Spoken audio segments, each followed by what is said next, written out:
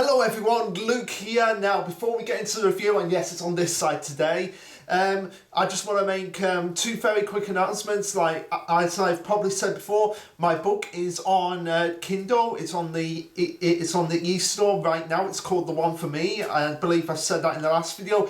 The paperback, that's been a bit of an issue because I've been running into technical issues like getting the templates, basically all the technical issues that anybody who's self-published knows what I'm talking about. So I've had to enlist the help of Sid, who I've mentioned countless times, like a trillion times in my videos, because he's written a book series called Terra Finita. It's on there. Just type in Terra Finita, Cogs of Alashora, Sydney Norton, and you'll be able to find it, and I highly recommend it. I was an advanced reader on those books. I really enjoyed them, and hopefully, fingers crossed, by this Saturday, but if not, next week, hopefully, my book, the paperback, will be out.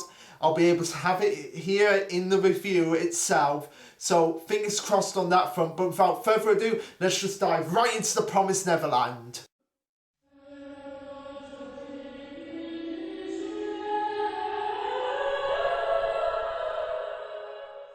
Alright, so this is chapter 170. Yes, we're only hopefully 10 chapters away from the end of the series.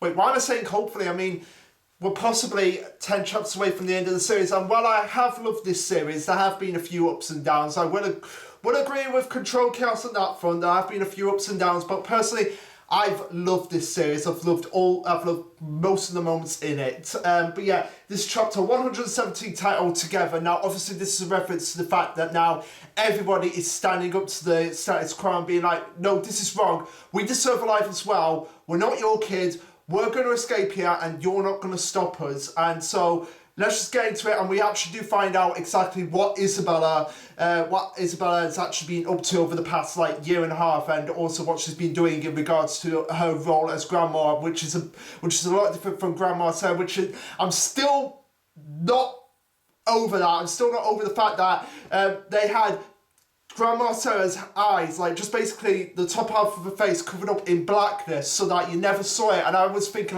oh, maybe she's the final villain and that's why I'm not sure, because I don't want to reveal her face. But no, it turns out that idea was just completely scrapped. But that's besides the point. Let's just get into the flashback with Isabella. Alright, so the flashback begins basically after Isabella was informed that, yes, she's been taken over as the role of Grandma from Grandma Sarah. And you have Peter Vittori here saying, don't you want to get out of this in time, from this hell, from your destiny? And we see just the sheer adrenaline, the sheer shock in Isabella's eyes, because she thought she was actually going to get served to the typhery, but now that she actually has this opportunity to actually still make a difference in this. And I reckon that because she actually saw Emma, Ray, and all the other kids escape, maybe she actually thought at that moment in time, maybe I actually could have had a chance to escape, but now it's completely impossible. But now that Peter gave her this opportunity, she's like, okay, maybe I can actually escape right now, but I've got to play my cards right. And so she's like, I want to get out. And we cut to November 13th, 2047, just before Emma's group infiltrate the farm. So basically, this is all happening on the same day. Basically, Isabella, all the kids were just shoved in that room because they were like, okay, we know that their friends are going to come for them and we're prepared for them. And this is basically before Ray, Norman, and Emma's groups all actually get there. And Isabella's gathered up all the sisters and all the mamas together, and she's saying, and they're all like, what's going on? Why did Grandma gather us all here? Because they're all probably thinking oh my God, are we in trouble? Is something going on? Are we being shipped out ourselves in the same way that Grandma Sarah was? Well, mind you, they don't actually know that Grandma Sarah was. Well, they probably had an idea, but they don't know that she was actually shipped out properly. Or wait, do they? Do they have an... I don't believe they have an idea that Grandma Sarah was the one who was actually shipped out. But anyway, Isabella goes on to say, we cut back to Peter Vittori. There's so many flashbacks going on at the same time here that it's kind of hard to keep track. But yeah, Peter Vittori goes on to say, we've got notice from above the escapees from 2 years ago will attack Gracefield either today or tomorrow. those upstairs are currently quite busy preparing for it. Okay, so basically this is like a day before Emma Ray and Norman's team actually arrives. It's not actually on the same day, it's a day before. So that was a mistake on my part. And we see Isabella going, I'm going to betray the farm. And this completely shocks all the everyone else in the room. They're like, what? And she goes on to say, I will assist the escapees. And one thing I want to talk about here is that we've got one mama here who has a very similar face to Nate. Now whether or not that she is actually Nate's mother, that remains to be a situation. But yeah, you know the one I'm talking about, the one where after Isabel goes, I will assist the escapees. You have the her one, it's that one. And we have another one who I believe looks similar to, could be Oliver. Or Julia, I don't know, but yeah, there's basically similarities to the mothers here that there are to some of the kids that we've actually seen. Also, guys, I do apologise about the weather that's going on outside. I believe there's a big gale force wind that's going on, but there's nothing I can do about that. But anyway, moving on, one of them goes on to say, are there any Isabella goes, are there many amongst you who would want to stand with me? And yeah, this would be pretty interesting. If only we had names for these characters! Again, that's something that I really have to call BS on. The fact that we don't get any names for these characters, that's kind of a letdown here. More so than the fact that we don't confirm if they're actually related, if they're actually the mothers of some of the kids that we've actually seen. But it's very clearly that they're obviously supposed to be relations to some of the kids in that are in the groups that are either being attacked or are attacking at this point. But anyway, one of them goes on to say, Grandma, what sort of joke is this? Because they've probably never actually thought about that. They've probably been so embedded in their minds that they can't escape. It's impossible. There's no way we can do that. It's just been completely taken out of us. They've just been in this status quo again and again and again all their lives. And then somebody comes on and is like, yeah, I'm gonna betray the farms, and they're like, wow, we never even considered that. And this is why Isabella is different from Grandma Sarah. It's because now that she actually has this opportunity to still make a difference and actually escape, and whether or not Leslie's still out there, but it's pretty clear that he's dead at this point. Whether or not he is still out there, she still has a chance now because she's actually seen Emma capable of doing it. So like now it's her turn to step up to the plate herself, and she goes on to say, I'm serious, this is no joke, I've been waiting 1 year and 11 months since becoming grandma for this moment. Okay, so that flashback that we saw with Isabella and Peter when Peter offered her the chance to be a grandma, that's when she's like, oh my god, I can actually still do this. I've just got to play my cards right and keep playing by their rules until the time comes when I can strike myself. And so, and I believe that, let's see here, there was a moment in the chapter. Okay, so we had the moment where we saw Peter and Isabella in that meeting. So yeah, and this is what I said before about we've got notice from both the escapees from 2 years ago what attack race. Yeah, that was in that meeting. So now we actually find out exactly what was in that meeting. And I'm sorry I didn't realise that at first right then. But yeah, that was probably the moment when Isabella was like, good, excellent.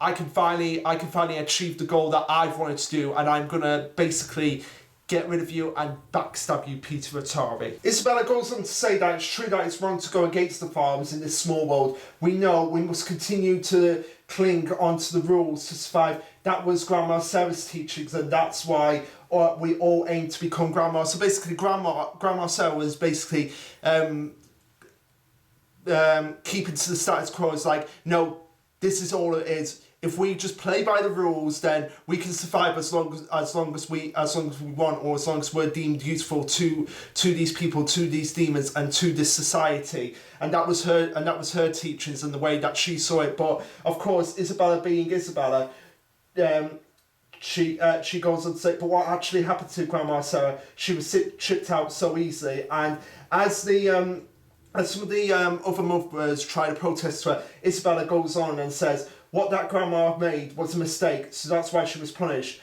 and that we're all equal and everyone has a chance. That's wrong. Even after all the competing and kicking down others to become grandma, we're just livestock. So basically, she was probably one of the first people to actually see the fact that this is actually not right, this is ridiculous, we can't live in this society. But she didn't have the same level of confidence that I think Emma had, and after losing Leslie, she didn't have anyone else to fall back on, whereas Emma had Ray to fall back on, and she had her own wit. And it's like, no, I know Norman, he would want to go through with all of this. And basically, if Isabella had people like that in her life, then maybe she could have gotten out of the situation earlier in the same way that Emma did. Because in many respects, Isabella, her younger self, is very much how Emma is. It's like they're two sides of the same coin. It's just that, well, one of them conformed to the status quo no matter what.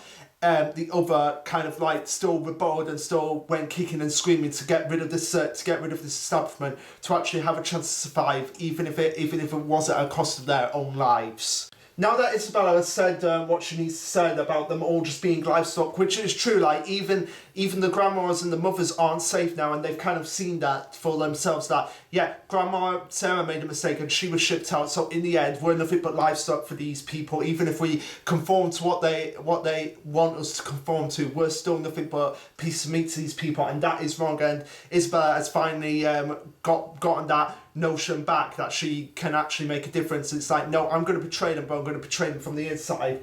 And as she finishes this, we see various flashbacks of all the mamas and everyone, and we see one getting captured and being shipped out themselves, as we see one of the other mamas. This is why I would prefer if they had names that I can actually tell, so I can actually not keep saying this mama, this mama, this mama. You've just got to have to read the chapters to know what I'm talking about, guys. But anyway, some of the mothers go, it wasn't my fault, there was nothing I could do, I'm done, I can't stand anymore, the normal ones keep dying. And we see another mama who's pregnant and going, I don't want to die, I'm never going to die. But of course, we see them pregnant, and then we see their child, and then we see them having to ship their child out just so that they can survive. My God, that is dark. Like, look, I'm not even being serious. I'm not even joking here as well. You like have this mama here who you get this flashback from one of these mamas who's like, I don't want to die. I'm never going to die. And we see like just them giving birth. We see their baby we see them pregnant, baby being delivered to an orphanage. Them crying their eyes out because of their baby being taken away from them.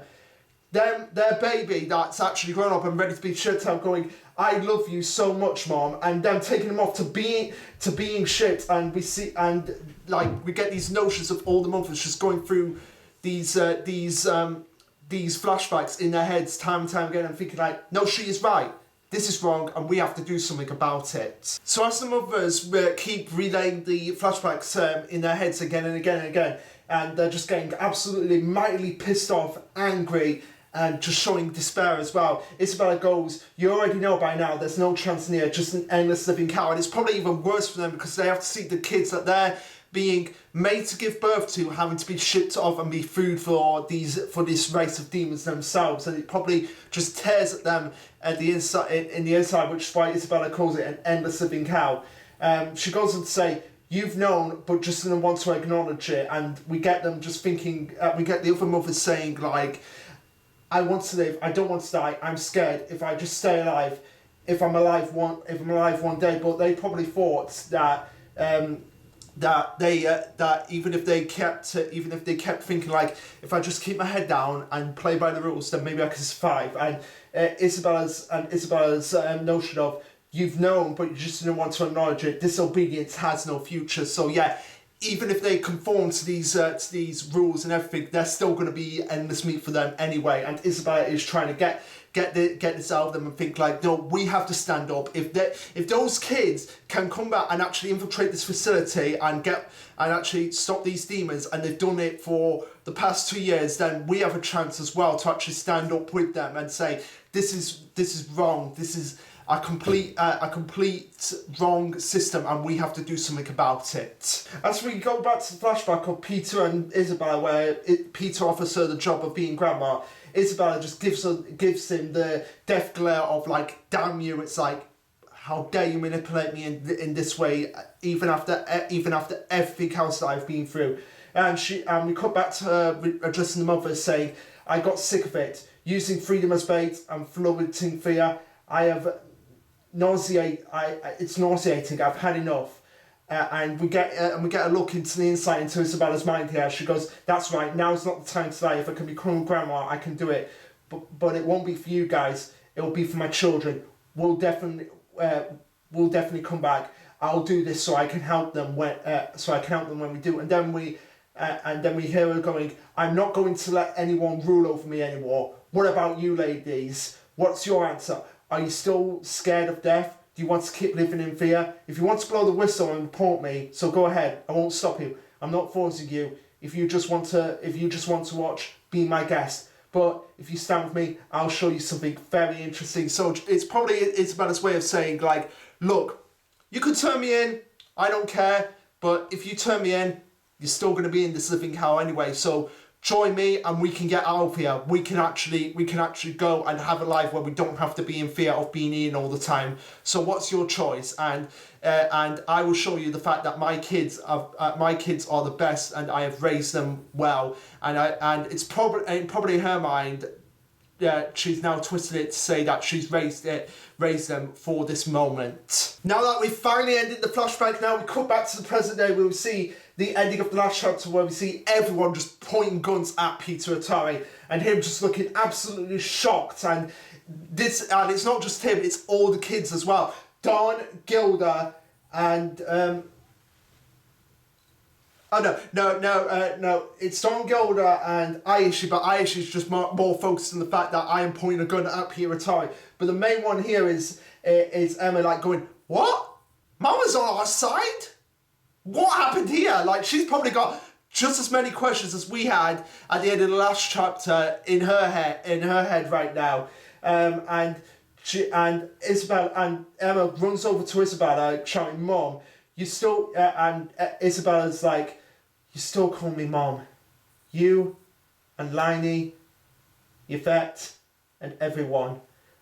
And after all I did to you." So she's probably still feeling a little bit of guilt for what she actually did. The fact that she was holding them down, basically conforming them to the status quo herself when she was actually their mama, and even broken Isabella's like despite all of that, Emma still referred to her as her mother, like, because she is basically a mother, even though she was not necessarily the best mother in the world, but she was still the mother that raised her and taught her everything that she knew and how to survive in this world. So even in that sense, she still calls her mother, despite the horrible things that she did to her and everyone else that were part of her family. And we see Peter Atari just getting absolutely enraged here, like going, "You betrayed me, Isabella!"